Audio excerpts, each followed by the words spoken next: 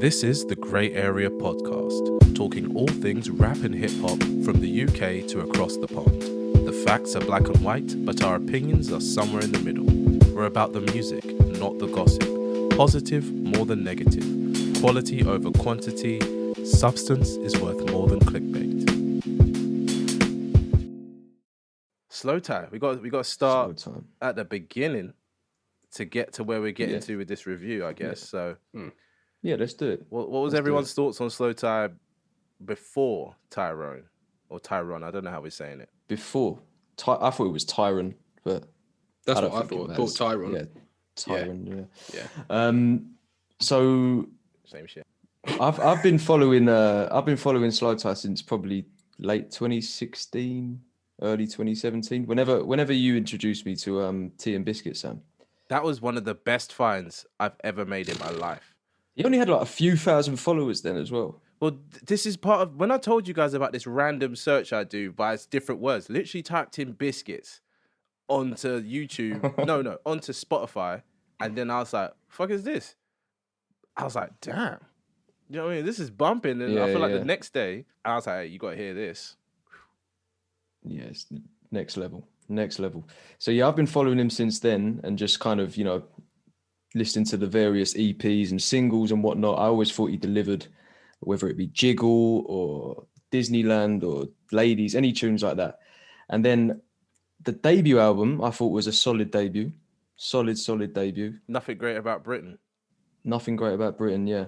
A lot of socio-economic, political themes and whatnot. And, I thought, okay, this is a good one to sort of, kick out of the gates with.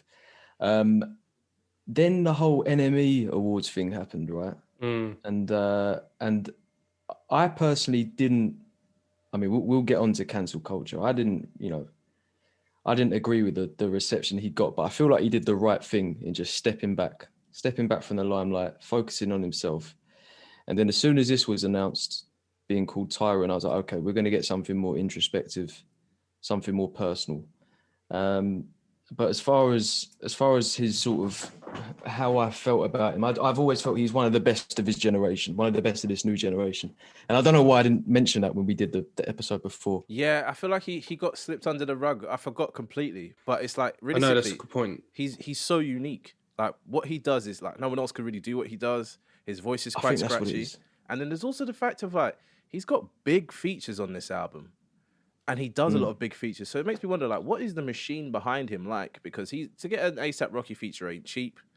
To get a Skepta feature, I assume, isn't cheap. You know what I mean? Like, all these things, I'm thinking, like, he's definitely going somewhere that we haven't quite figured out yet. We haven't quite seen that yet. Apparently, the Rocky Connect was quite natural. I was listening to him talking in an interview. Isn't he signed to Org? They have is that their management? Yeah, or that's something the like creative management team that does the visuals, but it's basically his label. Oh, okay. Because Slowthai was saying something about how they met backstage and Rocky came up to him and was like, I fuck with your music. And then apparently Rocky came to a couple of his shows, just was in the back watching his shows. And then through that, they eventually ended up sort of like, well, he sent him a track and Rocky did a verse on it and this and that. So I think he's just, like you say, he's unique, isn't he? And I think he's caught on in America, not obviously on a mainstream level, but he's worked with a lot of artists like Denzel Curry, and I think he's got a relationship with JPEG Mafia as well. Lots of different artists. What about you, Theo? Because you got into him recently, didn't you? Yeah, no, because literally, because it was too late for me, man. I don't know where. Yeah, that's a big L on my part, man. I just it was only recently. It's only really like the back end of 2020 that I heard his name obviously going about, and I've heard people reacting to it and thought, who's Slowthai? So started listening to some stuff after you guys said more about it, and when, like you said, after I listened to Tea and Biscuits, I mean that stuff is just blew me away, and then I just went on like a Slowthai journey. So I literally listened to absolutely everything prior to TYRON, and I just think, like you said, I think it's a shame he wasn't mentioned on the previous episode, because he is unique and he is like one of the best coming out from this new school, and he's just got something about him that is just, you just gravitate towards. And it's like you said, I had to refresh my stuff on what happened at the NME Awards, and like we'll get onto that later, like you said, but I do think he took too much hard flack for that because, yeah, it's just terrible. But apart from that, the music and how he is just great. So I went on like a real journey. So I was really excited heading into this album and getting to listen to it. For me, Tea and Biscuits is a strong entry to the game. Like, and I'm not talking about as in, oh, this is the first track that blew up.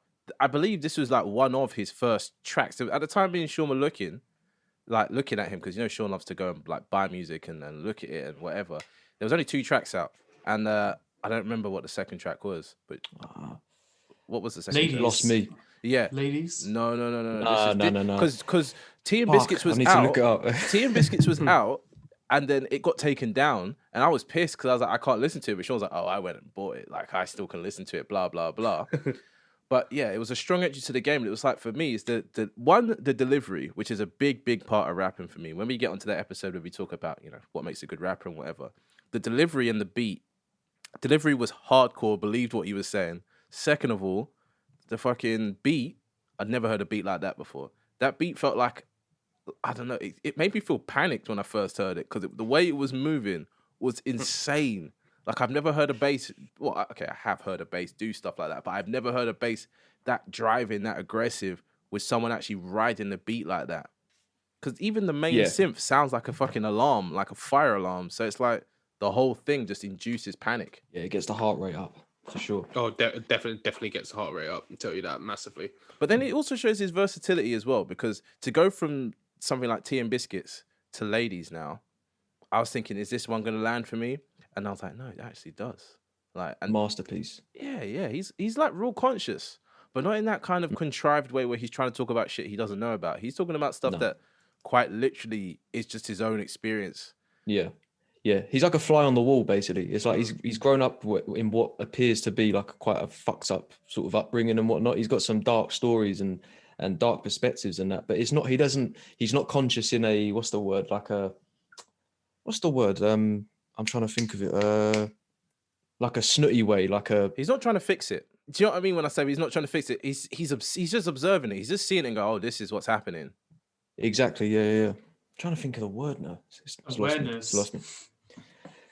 Yeah, but you know how some people it's forced. Like the consciousness is forced. The whole like forced wokeness and that. He's just like pretentious. That's the word. He just experienced shit and is talking about it, and he's not trying to sugarcoat it. He's not trying to, put in some like wild vocabulary. It's just, this is what I went through. And you get that from what when you're listening to him. It's definitely not forced. It's just what it's experiencing. It's his experiences, and he's delivering that to the music. You do not get any sort of forced vibe from that at all, which is great. So obviously that's what I mean in terms of the gravitation, really. That's what it's things like that you gravitate towards. So naturally, leading on from what we think about him being an observer and, quote unquote conscious, I don't really care about the enemies thing, right? Because, okay, I don't know about you guys, but I know personally, normally I'm quite chill, quite relaxed, but sometimes with, whatever environment I'm in, or if with a drink in my system or something, I can get a bit leery, you know what I mean? And I feel like he's very prone to that type. Obviously, I don't know him personally, but I'm saying from what I've seen. He performs in his underpants sometimes. I mean, he seems like a very kind of all over the place, off the wall kind of guy. And wild. From the video I saw when it happened, he was like clearly drunk, and the woman, I don't want to say the woman, but whoever that person was, she clearly agitated him, or he agitated her. Do you know what I mean? Like there was a moment of awkwardness that on both sides could have been dealt with more professionally, but then he got to him getting like dragged off stage or something. It got mad disrespectful though. He was like kicking on people's tables and stuff like that. But didn't he? No, he lost it though, didn't he? He like threw someone threw something at him. Yeah, someone threw something. And then he jumped. He launched something, jumped, and then squared up to them, right to their face, and the security had to bring him back. He did lose it, but he was clearly drunk. Listen, he was wrong. He was wrong. Yeah, he fucked up. And I don't condone what he said, what he did, and all that. But do you know what my thing is with that situation and a lot of sort of these cancel culture moments and whatnot?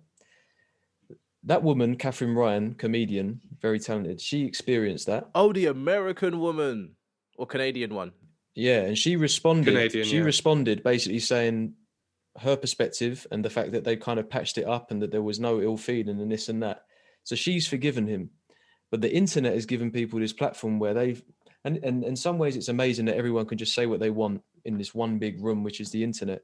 But if this woman is okay with it, why are all you not? Why are you lot not okay with it? Why do you have to keep bringing it up, and why do you have to try and ruin this guy's career? Do you get what I mean? If she's cool, exactly. If she's got over it, well, if she said she has, then let them sort that situation themselves. You don't have to try and like ruin the guy's career over it. This is the thing.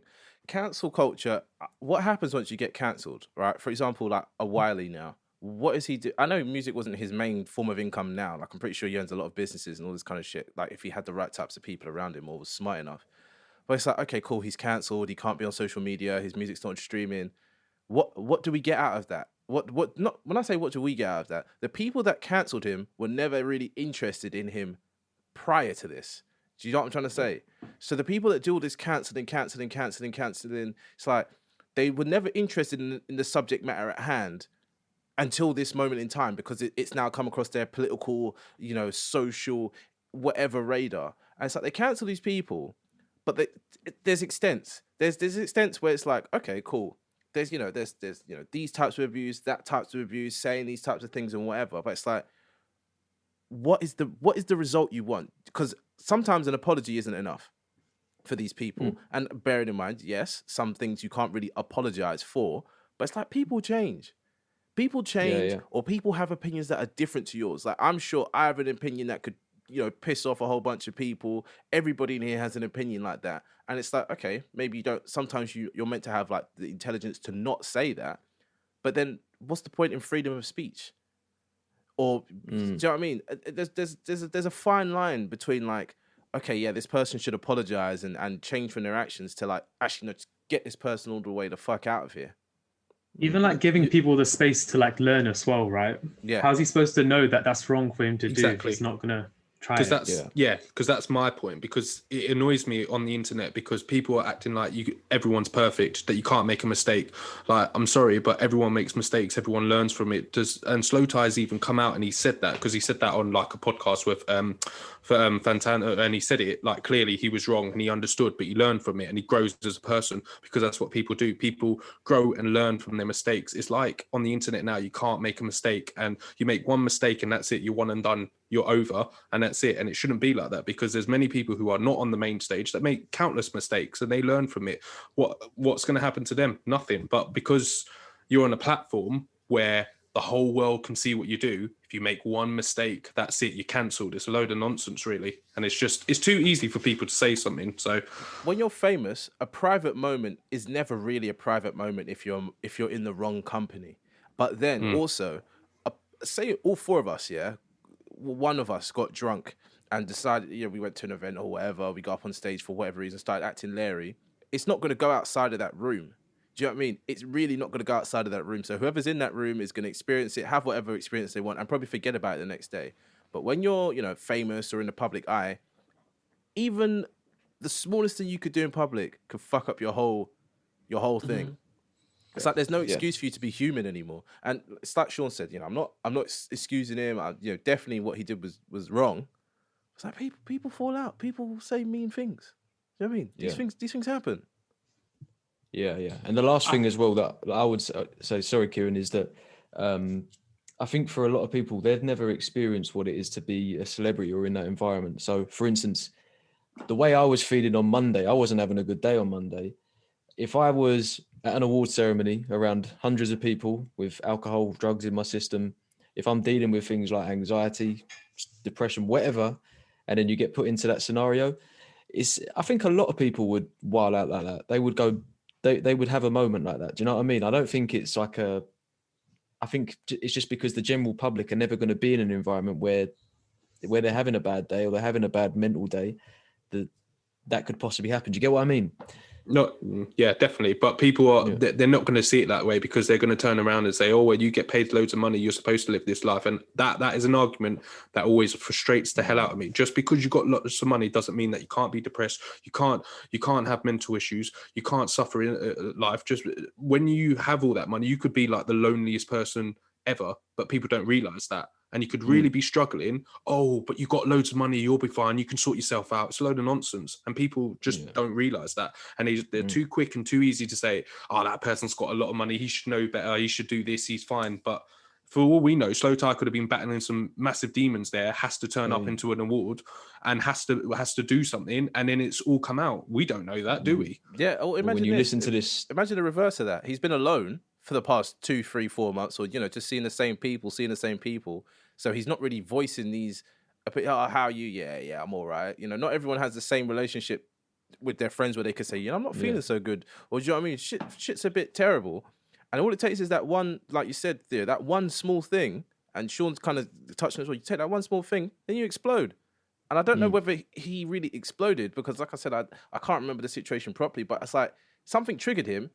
And then from there, it's like months and months, or, days and days of this energy is coming out. But yeah, Kieran was going to say something, and then I was going to say, it links to, like, obviously situationally, like, a lot of people would do that, but I feel like linking it to the album, when you listen to it, you're not surprised, like, this person could have, like, wilded out in that moment just with a bit of alcohol, because he's been through a lot of, like, dark stuff, and he shares it. Like, some of the stuff I don't even totally understand, but it's like, wow, what is he going through to say crazy stuff like this? But yeah, I think this album kind of helps explain, because, like Theo was saying, people don't really give him the chance to, like, get to know him. And I think the first album didn't give me this perspective of him, but this one definitely, like, I feel like I know where he's at now, and it makes sense why that event happened, compared to, like, say you hear his debut, then you just see this wilding out moment. It's kind of like, what's this guy on, kind of thing. But I get it now. Yeah, I agree, most definitely. So the album, TYRON. I think we should let Theo go first, seeing as he's the newest to the Slow Tie. Okay, well, yeah, like Kieran said, in this album, you learn a lot more about Slow Tie and the experiences that he's definitely been going through, because there is just loads of different emotions and feelings that you get from this album. But starting off from the album, not going to lie to you, 45 Smoke, that kind of just, I'm not going to lie, man, that gassed me out. I had to, that literally, no word of a lie. Might have almost played that 45 times, just relap that thing every single time, man. I heard that, I was like, nope, reload that again. I'm like, it took me ages to get onto Cancelled, but that was a strong start for me. And it just flowed on. Cancelled, I think, which, again, we talk about the cancel culture. I think that's a brilliant response, but again, this is where it annoys me about the internet. People are saying that's like, oh, why is he making the song cancelled for? Oh, yeah, why are you doing that? That's petty. No, he's sharing his experiences with you, like being cancelled in that moment, what it's feeling like literally, how are you going to cancel me on something like that? So I love that sort of response, even though it's not one of the strongest songs from the album. I love that he's showing that experience and he's giving that to us and where he was feeling at that sort of moment. And as you're moving, it's clear that there's two sides to the album. I'd like to say stylistically as well, the fact that the first side is all in caps and the second side is all lowercase, it kind of speaks to, not like a bipolar aspect, so I don't want to put that on him, but it's like the first side of the album reads like a coherent story, as in, it's like he's on smoke, then he got cancelled, which was a madness, made him vex, then he's like lashing out. Yeah, exactly. And the dead part is like, playing with suicide, but it's also like the play with fire aspect is that, like, I can't remember what track was talking about what parts of the way he felt and all that, but it's definitely like the top section of the album was definitely more for me personally. Like I just vibed with that the most. Interesting. Yeah, interesting. Like you said, you couldn't explain that any better, Sam, really, because that first section really that was really, really good how you explained that. But personally, for me, I actually prefer the second half of the album more. Even though I really enjoyed the first half of the album, I was like, oh, this is good. The second half, that's where it was strong for me. Do you know what it was with I mean, you could say it about the whole album, but do you know what it was for the first side for me? Is some of them tracks they just felt like they cut too soon. It was just too brief. I wanted more. Oh, like what? Like what? Yeah, what would have been one of my favourite tracks if it was likewise. Yeah. But can I just to quickly come back to the cancel tune? I guess I'm doing my finger of playing devil's advocate, but you see in the hook, where Skepta says, "How you going to cancel me? Pyramid stage at Glastonbury, all that." Yeah. Only thing is I was trying to figure out the sentiment of it. I was trying to figure out like what they're actually saying, and And part of me felt a little bit off where I was like, well, just because you've had all this success doesn't mean you can just do what you want. Do you get what I'm saying? Yeah. Or am I going off? Like, No, I hear that. That's that Skepta mentality, though. That's the kind of thing Skepta would say, right? Don't get me wrong. I'm not taking it that serious. This is what I was saying. Like, we're forgetting these are rappers. These are rappers, innit? So realistically, when you're a rapper, yeah, surely you have this. As much as you can try, like, melt away the whole, like, oh no, I'm just me. They have big egos. They have these big front. The whole idea of being a rapper is like, I think I'm the best. You can't tell me I'm not the best. And so, I mean, I take most of what rappers say with a pinch of salt. And with Skepta, I was taking it more like a tongue-in-cheek thing of it's like, how you gonna cancel me? You know what I mean? Like, as much as you care about that, I'm still gonna get booked to do these big shows regardless because people want to hear my music. The thing is, the inherent message though of that song is actually positive, where it's like, don't care about people canceling you for no reason, kind of thing. Like you've been unjustly cancelled, just like flex of it, make a song about it because it's like it doesn't really matter. Yeah. No, don't get me wrong. Like me personally, I felt like you said, Sam, tongue in cheek. I didn't take it that serious. But then a little part of me was like, I bet that's kind of what R. Kelly thought. He was just untouchable. Kieran, what were your thoughts? So, like the first side. The first side, like Theo said, it. I prefer the second, and the reason being is, I just don't like Vex and Dead at all. Like I hate those songs a lot. I skip them. I don't. They're not my palette. They grind against me. I get the emotion of the story and the concept that he's gone with the album, but that's not listenable music to me. I don't even like how the flow gets like the whole tempo gets slow on Dead, is it? But it's just like this is just boring now, and it's not palatable. So like I'm definitely not listening to this song ever again. I think I've only listened to that song once fully. Okay. What about Mazza? Mazayin. What's Mazza? Oh, no. Do you know what? Yeah. Kieran said, well, what's Mazza? No. The first three songs are sick. I love those ones. I thought that was a really strong start. You know what's funny about this album? None of this feels like an attempt at radio. They all feel like just genuine songs that have been made. Mm-hmm. Definitely. But like Mazza could do quite well on radio because I think ASAP brings that commercial, like weird sound. It feels like... It almost feels like a TYRON Wax song, actually. I think you said this before, yeah. No, I definitely hear what you're saying. Do you hear that? It's a bit kiddie, isn't it? The video for it was really good too. I liked the video for Mazza. All of his visuals are mad. Yeah, his visuals on Cancelled are mad. They were out in the forest and killing things and stuff. And have you seen it on Jimmy Fallon as well when they performed Cancelled? No, because that was trippy. Skepta got well into character for that, man. Skepta apparently likes the acid, don't he? He said that a few times. He's kind of said like just him and A$AP Rocky did, I think, acid before they recorded their tunes. But... I feel like acid's dangerous, man. Acid's how you end up, doing things with your friends that you normally wouldn't think to do. I think the difference though. I don't have to go too far into that. Yeah. Don't do acid. Do you know what the thing for me is with the first side and the second, and maybe again we've said this before about like being in lockdown and not being able to experience music in certain environments. But I think for one, if I'm sitting in my room, I'm not gonna be getting that. I'm not looking to get that gassed or hyped up. Do you know what I mean? No. And two, there's just more going on. There's more content in the second half. He's saying more. There's more substance. There's better production as well. Better production, and then just as a fan of slowthai, I think he's made better bangers throughout his career than most of that first side. I feel like the first section of this album is realistically made to be performed live, and going from what you said, I don't think I'd ever want to see slowthai live because I feel like it'd be that touch too dangerous for me. It'd be moshing, but like everywhere would be moshing. But like not the fun moshing where it's like bit of elbows, bit of jumping. No, just unnecessary violence. Just punches swinging. Yeah. I'm not. Yeah, there'd be swinging arms everywhere. Like man. I don't expect that with rap music. I expect that at like indie concerts, rock concerts, which I've been to, and I enjoy that type of stuff there because I'm prepared for it mentally. But with this, nah. The thing is, though, the first half of this album doesn't actually have anything as moshy as like Doorman from his debut, which I think is like, that's proper moshing music. This album, I feel like 45 Smoke, energy-wise, hits that, but not even tempo. True. True. Yeah, different. That's very true. Yeah. It's just like aggressive, but also kind of chill in a weird way. It's like it grates me. It's a bit like.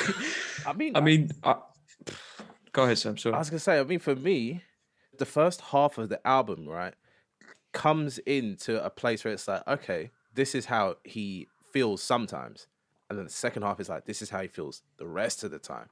So it's like everybody has these types of moods. Maybe they're not as extreme as the first side or as extreme as the second side, but everyone has that duality within them, and it's an interesting thing to have done with an album.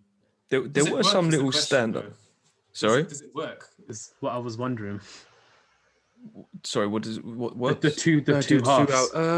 Splitting it like that. Yeah. I wanted to ask you this as well, actually. Yeah. Sorry, you go first, Fitio, and I'll say what I think. It's a tough one, really, because at first I thought it does work, but if anyone was to question it, I can understand where their point is coming from. But I think, like, because my perception of this album has changed over, especially the last few times of listening to it, and it's interesting. At first I thought it definitely did work, because it's like, I don't know, you can you got the first side of how he's feeling, like Sam said, some of the time, and then you got the other side, and the two together marry up and they work. But after listening to it more and more and more, I don't know, he could have done something slightly different. He could even release just one half of it just as a single project, and then the other as a single project. And that's been a topic in my mind of thinking, could he have done that? And I'm not sure, to be honest with you. I don't actually know the answer to it, but my mind has changed. But making this a double disc, right? I don't know what it's like in a physical form, but definitely on a streaming service, I didn't even know it was a double disc. Do you know what I mean? It just played through. So it's like, to do this, I guess it's geared towards the physical side of things, and maybe like one cover or like on the CD, they might print the artwork. Maybe one artwork is different to the other artwork, but like I said, I haven't seen it to know the significance of the double disc. See, I think it was fine, but it wasn't necessary, if that makes sense. So like, I get why he did it, but I think with an album this short, double disc maybe wasn't needed, and maybe the album would have benefited from kind of being, for the themes and the sort of vibes to be merged together, and it'd be more of a sort of up and down experience. I don't know. Isn't the album only about 30 minutes long? Yeah, it's like 35 minutes. It's short. Yeah, because now I'm looking at it, I'm seeing 14 tracks. That did not feel like 14 tracks when I was listening to it. Yeah.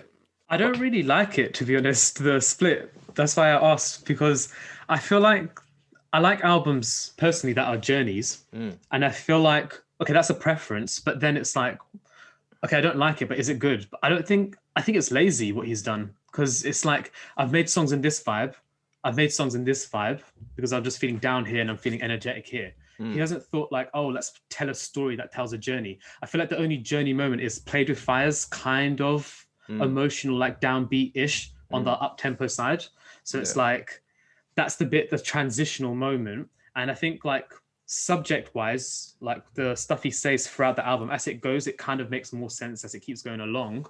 But I feel like there's no musical journey. It's just like, I'm feeling all this way here, and I'm feeling all this way here. And like, the only thing that helped me get from there to there is Played with Fire. Like, there was no other like character progression moment or anything like that. True. But also, I'd like to say that with his first album, where he did the double disc, it was more like the double disc had songs that already come out. Yeah, it was a bonus disc. So it made more sense. But now it's like, I've done the double disc thing again, but it's not the same vibe. It's like, these are two different projects. Like Theo said, it's two completely different things. But to like, just to kind of clarify, I liked the first side. I just really liked the second side. If that makes sense. I didn't think it was bad at all. There were standout moments, like did anyone pick up the little Fuji's line in Skepta's verse? Oh yeah, that was nice. Yeah, stuff like that. And then Mazza had a bit more going on. There was a bit more substance to it. Like he actually says something kind of wild. He says, feeling like these drugs may be better than I was, but I never felt love before the drugs. That's like, what? What? Yeah. How could you feel that way?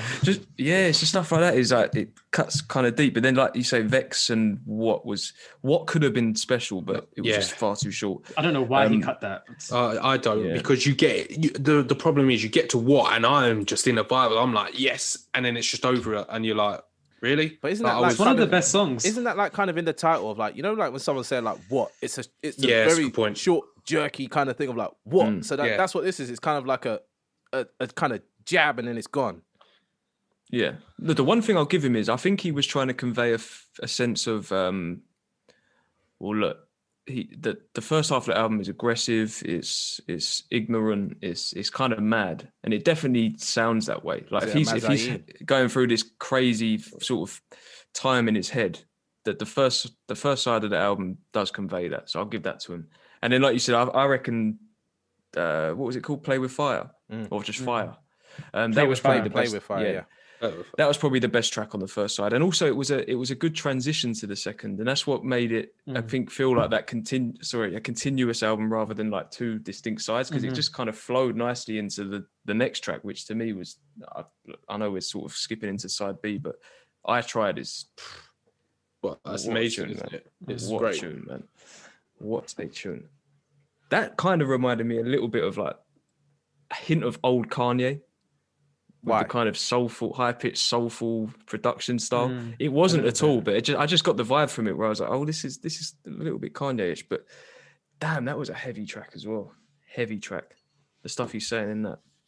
He's actually, this is a thing as well, slowthai gets a lot of credit for his energy and for his flow and things like that, but his pen is actually really good.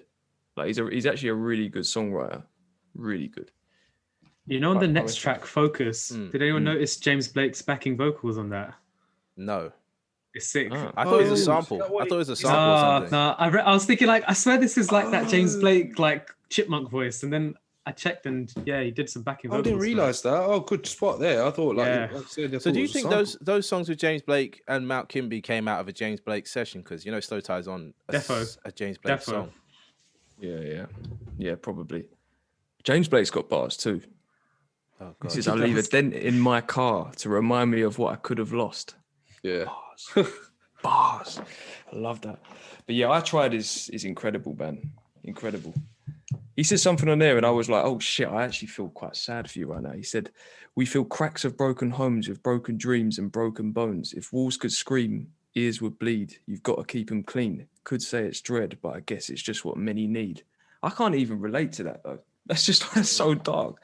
I don't know what he went through, but it literally paints like a very graphic picture of what his surroundings were like. Yeah. And it's really unsettling. Which is one thing I want to say about slowthai is, right? You know, with the whole horrorcore aspect of things that Eminem gets into and Tyler gets into, he gets into this, but it's like the lyrics aren't saying it explicitly. But if you were to do visuals for it, it does. Yeah. Absolutely. It's funny you say horror. Going back to the first side, there's that bit in Cancelled where it's like an old style horror film just before one of the verses, like that. I don't know what noise it is, but it's really cool, that bit. I want to ask you about the next track. Bitch, I'm back out my coma. The next track, Terms. We skipped Focus though. Skip Focus, man. Focus. Have I skipped Focus? Yeah, I'm looking and thinking I like Focus, so what the fuck are you talking exactly. about, Focus Oh is wait, one I of my thought favourite Kieran. tracks on the I thought album. Kieran. I feel like we kind of covered it. Oh, Yeah. Sorry. It was one of my favourite did we? beats. Yeah. Okay. Okay, yeah, exactly. Kieran's done with that one, yeah. Oh my God. Well, Focus, it was one of my favourite beats, but I felt, again, like a lot of it was just a bit brief. It just kind of, I don't know, I wanted more from it, but... Okay. No, I would have been bored if it was longer. Oh, really? That's why you didn't want to discuss Focus. Okay, on to Yeah, Terms. it's not like Focus. Okay, on to Terms. On to the next one then. Terms, I don't feel... Terms now I'm fine with, but at the time it was my the most disappointing track on the album because There's no I Denzel accidentally saw the feature because I'm trying to not do that. I'm trying to not look at the track list. I saw Denzel Curry. Yeah. I thought I need that Denzel Curry verse, and that verse never came. Where is the first 3 or 4 I'm listens to still this waiting album. for it. I still listen to it, waiting for it to come. Like I've missed it. I'm not sure yet, but is Dominic Fike American then?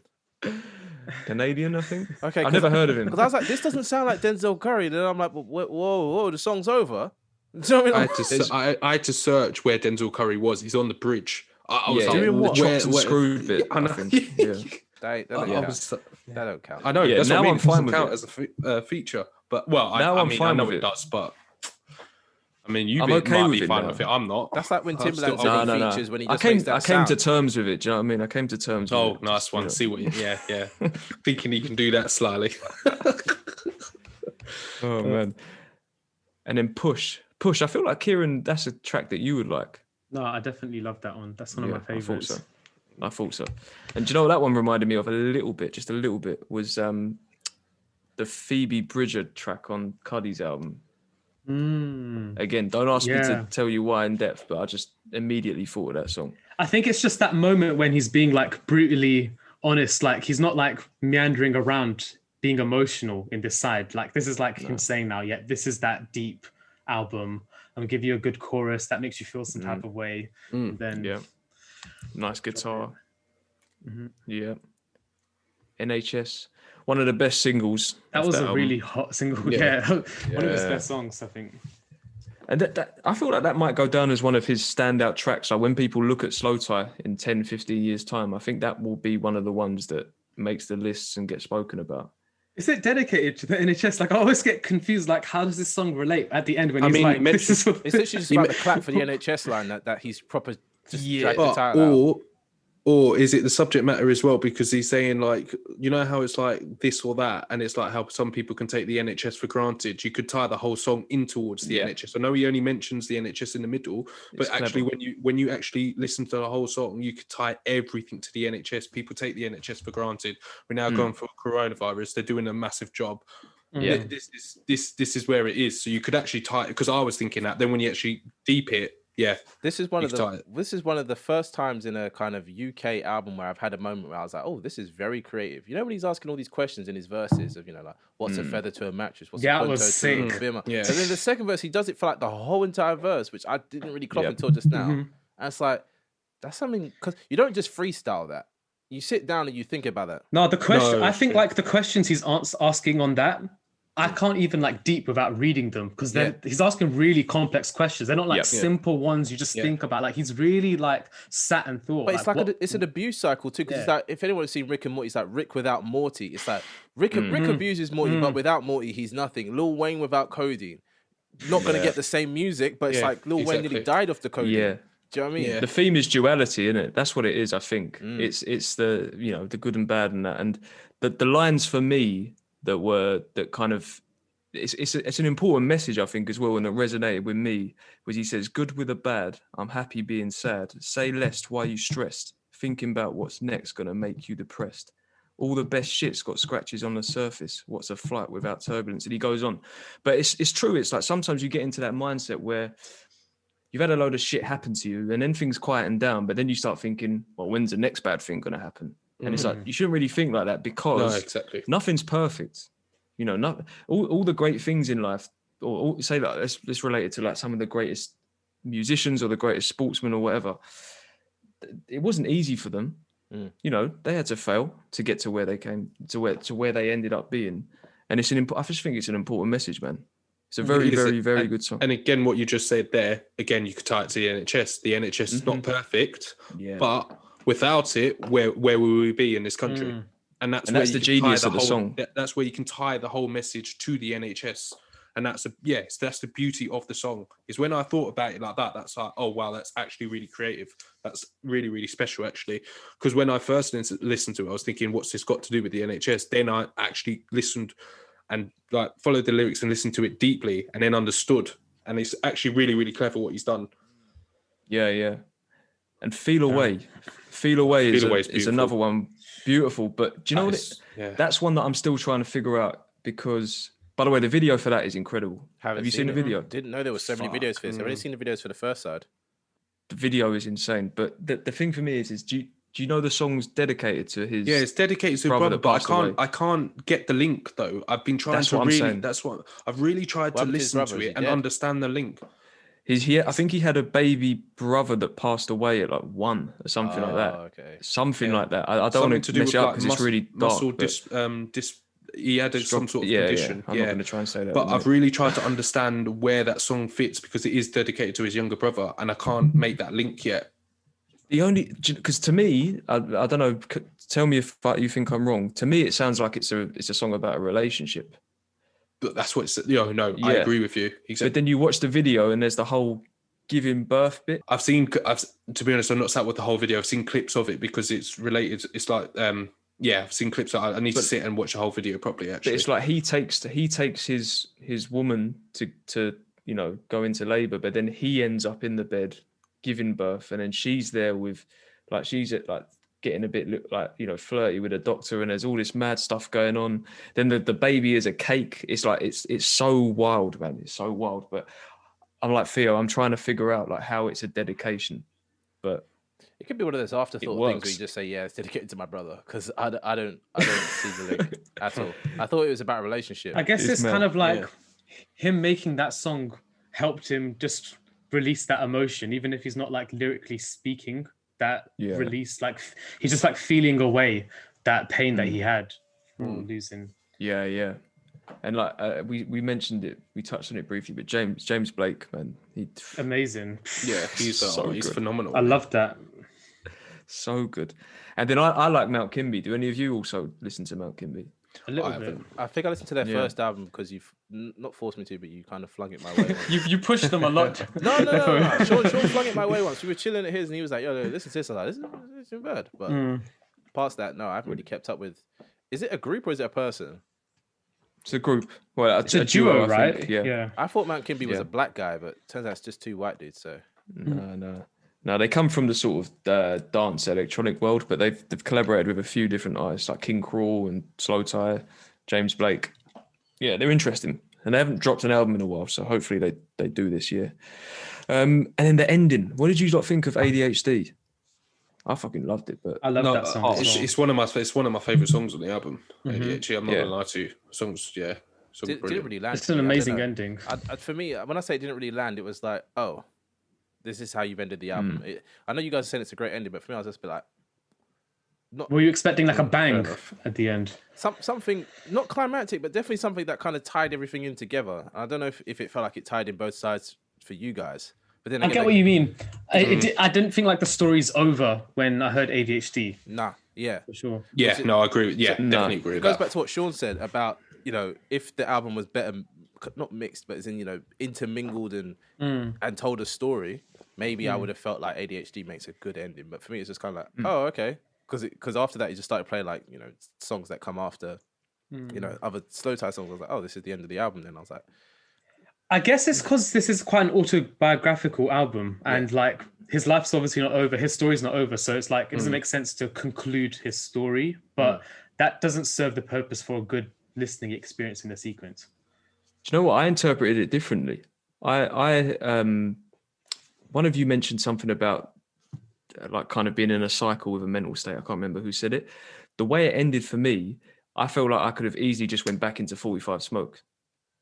Just straight back into that vibe, because it felt like at the end of that track he's shouting, he's like back in that scatty, aggressive, like chaotic mind state, and then bang, 45 Smoke. So it's like going in that cycle. That's the way I interpreted it. But that's making sense. Yeah, that's an interesting take. Actually, I never thought of it like that way. But I guess with endings comes beginnings. Then, so what's next for Slowthai? I feel like his next album's going to be a high. If he makes it through his issues and whatever it gets to where he needs to get to mentally, could be an amazing piece of work. I think he'll probably do a higher profile album next, like bigger features, because this was big features, but he's got that attention. Like I know Brockhampton like him. I see them tweeting a few times. I'm not even saying about in feature wise. I mean, like as in maybe we will get that cohesive body of work type vibe, because Nothing Great About Britain kind of had that elements of cohesive types, a cohesive type of work. But this was kind of like not a passion piece, but it was like a very emotive piece. So then when the two come together, that should he's got it in him. Yeah, that should and could be the next album. Something that would be classic status maybe. Yeah, I think for me, because he's always been introspective and he's always spoken about his life and his upbringing and whatnot, I'm at this point where I'm like, what more can you say? So it's like for me, it's like I kind of want him to go away for a little while, live a bit of life, and come back with either new experiences or have a go at something really sort of conceptual. That's kind of what I want to see. Like I said, he's a great writer, and I think he could really do something. And like I said about Nothing Great About Britain, it was very much, there were political, socio-economic themes throughout and whatnot. But it was still very personal too. Like something like Northampton's Child, a very personal track. So yeah, maybe just like, and I don't mean it in a rude way. I mean just like, you know, take a few years out, you know, live some life, do some touring, and then come back with something. Yeah, because you could bring fresh new ideas to the table. Like, I know what you mean. Yeah, because I don't know if I want another Nothing Great About Britain or TYRON. Like, they're great. They're going to be great pieces within his discography, but I feel like, I don't know, maybe something new. You want to see progression, basically. Yeah, because that's the thing with this. It's like, I wouldn't say I wouldn't say this was a step down from the first album, but I didn't. There's no concept. He didn't step I up. If it was progression. It's not. There's no concept. Definitely. That's what I was saying. This is more of an emotive piece. Like, he felt like he had to get this out. Yeah. And especially to drop this in a time like now where there's no way to perform it live. There's no way to really, do you know what I mean?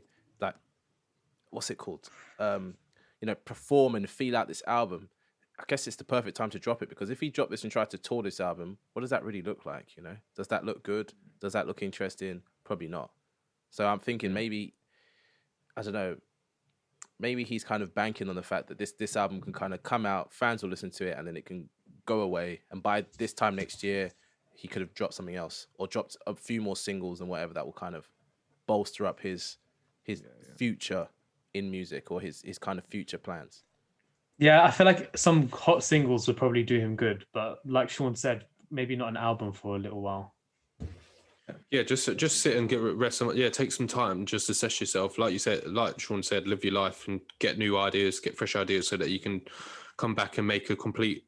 I'm not saying this is not complete, but like a complete, a cohesive body of work. Just because it's there and you know slowthai can do it, so I just think he needs to go away and then just it will come together. Right, potential. Top threes, fave 3 tracks, please. For me, Focus, ADHD, and I Tried. All second-siders. Okay. Yep. Wow. Kieran? Mazza, Push, and Feel Away. Okay. I had Fire and I Tried. I like them two just next to each other as well. And I'll say ADHD because I've had NHS a while. I'll try and avoid the singles. So Fire, I Tried, ADHD. That's my 3. Mine's Vex, Played with Fire, and I Tried. I Tried. I Tried is going to be on my end of year playlist. I think it's going to stay. I haven't put any of this on my playlist.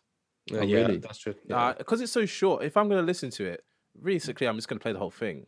Like, for now, anyways. But I haven't taken any of it off yet. Did you get the Chuckles reference on I Tried, Sean?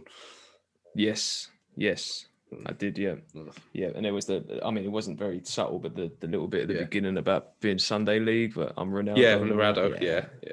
Yeah. There were lots of good lines in this. So, what about scores, Theo? What was your score?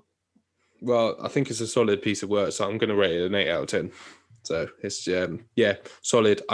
It's good body of work. Didn't blow me away, but still solid all the same. So yeah, a solid 8 for me. Nice. Kieran, what about you? Oh wait. I did fucked up my job. I gave it 7.9. I felt like there was really high heights, but there was like some low lows and middling stuff as well. So fair enough. I'm also an 8. I almost gave it 7.9 because I was a little bit butthurt about the whole Denzel Curry thing, but I'm over it. It's an 8. It scrapes an 8. For me, 7.6. Just because it's it's good. It's not great, but it's good. And it's like Kieran said, the highs are high, the lows are low, so it's like a middle of the road type thing. It could have been an 8. But I'm really harsh sometimes on things. Like if I don't love something, I can't give it above a certain score in my head. It's a 7.9. Don't know. That's the same as the Metacritic score, actually. Woo! Sean working at the Guardian. Make sure you email Sean. Make sure you email Sean at theguardian.com to get all your music heard, guys. Could you imagine? Could you imagine an article comes out in a couple years' time, like? Like these random emails have been sent through to this email address. Like there is a Sean at the Guardian getting all these emails. It'd be crazy. That'd be funny.